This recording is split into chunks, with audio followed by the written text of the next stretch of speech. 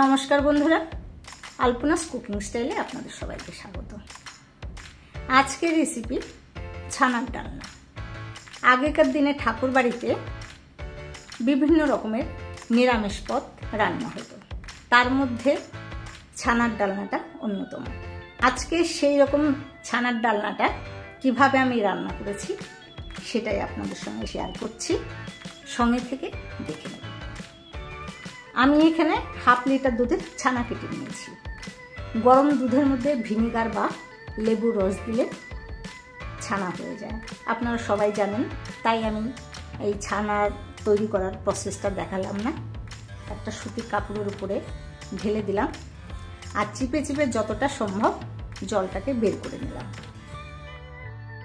এইবার এই ন্যাকড়াটা কোনো একটা জায়গায় 15 থেকে 20 মিনিটের জন্য রেখে দেব, যাতে বাদ বাকি জলটা বের হয়ে যায়।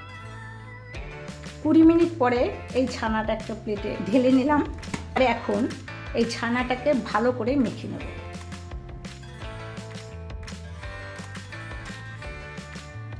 চার থেকে 5 মিনিট ছানাটাকে ডোলে ডোলে মেখে নেবার পর দেখুন ছানাটা একদম স্মুথ হয়ে গেছে। এখন এর মধ্যে অল্প পরিমাণ লবণ, লঙ্কার গুঁড়ো,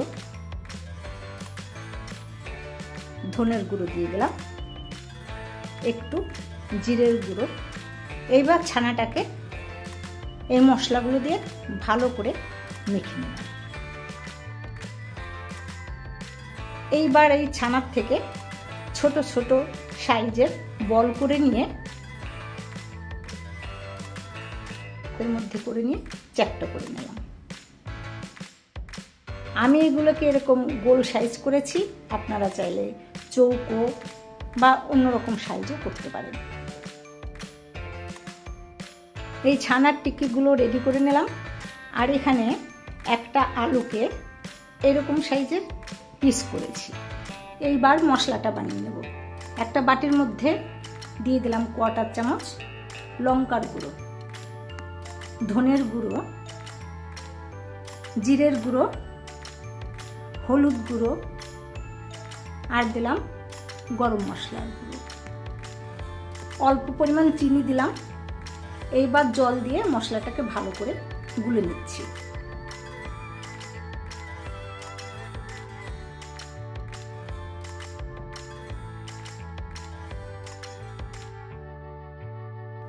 এইবার মিক্সির জারে বড় সাইজের একটা টমেটোকে এইভাবে রাফলি কেটে দিয়েছি আর দিয়েছি কিছুটা কাজু। এটা দিয়ে এখন পেস্ট বানিয়ে নেব। পেস্টটা রেডি করে নিয়েছি।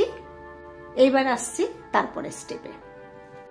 এইবার একটা কড়াইতে বেশ খানিকটা রিফাইন তেল দিলাম। আমি এই নিরামিষ রান্নাটা রিফাইন তেলেই করব। তেল গরম হয়ে গেছে, একটা একটা করে টিক্কি ছেড়ে দিলাম।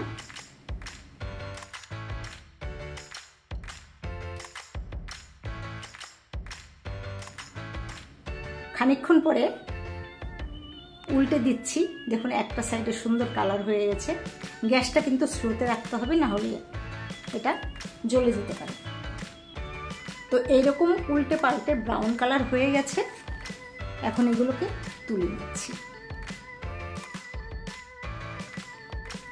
এইবার ওই তেলের মধ্যেই আলুর টুকরোগুলোকে দিয়ে ভেজে নেব।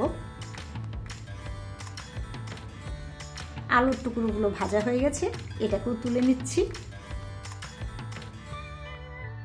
কড়াইতে তো অনেকটা তেল রয়েছে, তার থেকে আমি বেশ খানিকটা তেল তুলে নিলাম। এই তেলের মধ্যে তেজপাতা, কিছুটা গোটা গরম মশলা আর জিরে ফোড়ন দিলাম। ফোড়নটা যখন ফুটে গেছে তখন এর মধ্যে গুঁড়ো মশলার গোলাটা দিয়ে দিলাম। এইবার এগুলোকে কষিয়ে নেব। মিনিট 2 কষিয়ে নেবার পরে এর মধ্যে 1 চামচ আদা বাটা দিয়ে দিলাম। আদা বাটা দিয়ে কষিয়ে নিচ্ছি। এর মধ্যে কাজু আর টমেটোর পিউরিটা দিয়ে দিলাম। এখন টমেটোর কাঁচা গন্ধ চলে যাওয়া পর্যন্ত কষিয়ে নেব।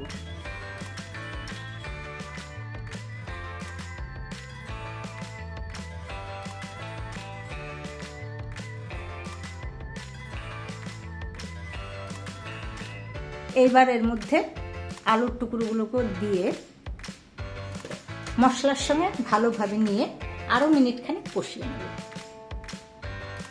মশলাটা প্রপার কষানো হয়ে গেছে। এখন মিক্সির ডোম ধুয়ে যে জলটা ছিল সেই জলটাকে ভালোভাবে গরম করে নিয়েছি। তো এর মধ্যে গরম জল দিয়ে দিলাম। যে কোনো তরকারির মধ্যে গরম জল দিলে কিন্তু তরকারির টেস্টটা বেশি ভালো হয়। 3 মিনিট পরে ঢাকনা তুলে নিলাম। আলুটা বেশ গলে গেছে। এইবার এর মধ্যে ছানার টিকিগুলো ছেড়ে দিলাম। নাড়িয়ে মিশিয়ে নেবার পরে আরও মিনিট 2 ঢেকে ফুটিয়ে নেব। গ্যাসটা কিন্তু এবার স্লোতে থাকবে। 2 মিনিট ফুটিয়ে নিয়েছি। ঝোলটা মোটামুটি ঠিক আছে, এর থেকে আমি বেশি কমাবো না। এখন এর মধ্যে কয়েকটা কিশমিশ দিয়ে দিলাম।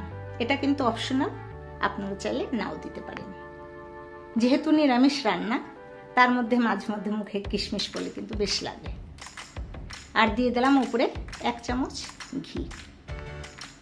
ঘিটা দিয়ে একবার নাড়িয়ে নিয়ে গ্যাসটাকে অফ করে গ্যাসের উপরে ঢাকা দিয়ে রেখে দিলাম।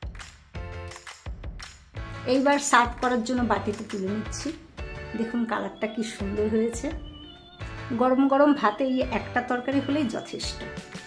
আপনাদের এই ছানার ডালনা রেসিপিটা কেমন লাগলো কমেন্ট করে জানাতে পারেন। ভালো থাকবেন সবাই। এরপর আসবো অন্য একটা নতুন ভিডিও নিয়ে।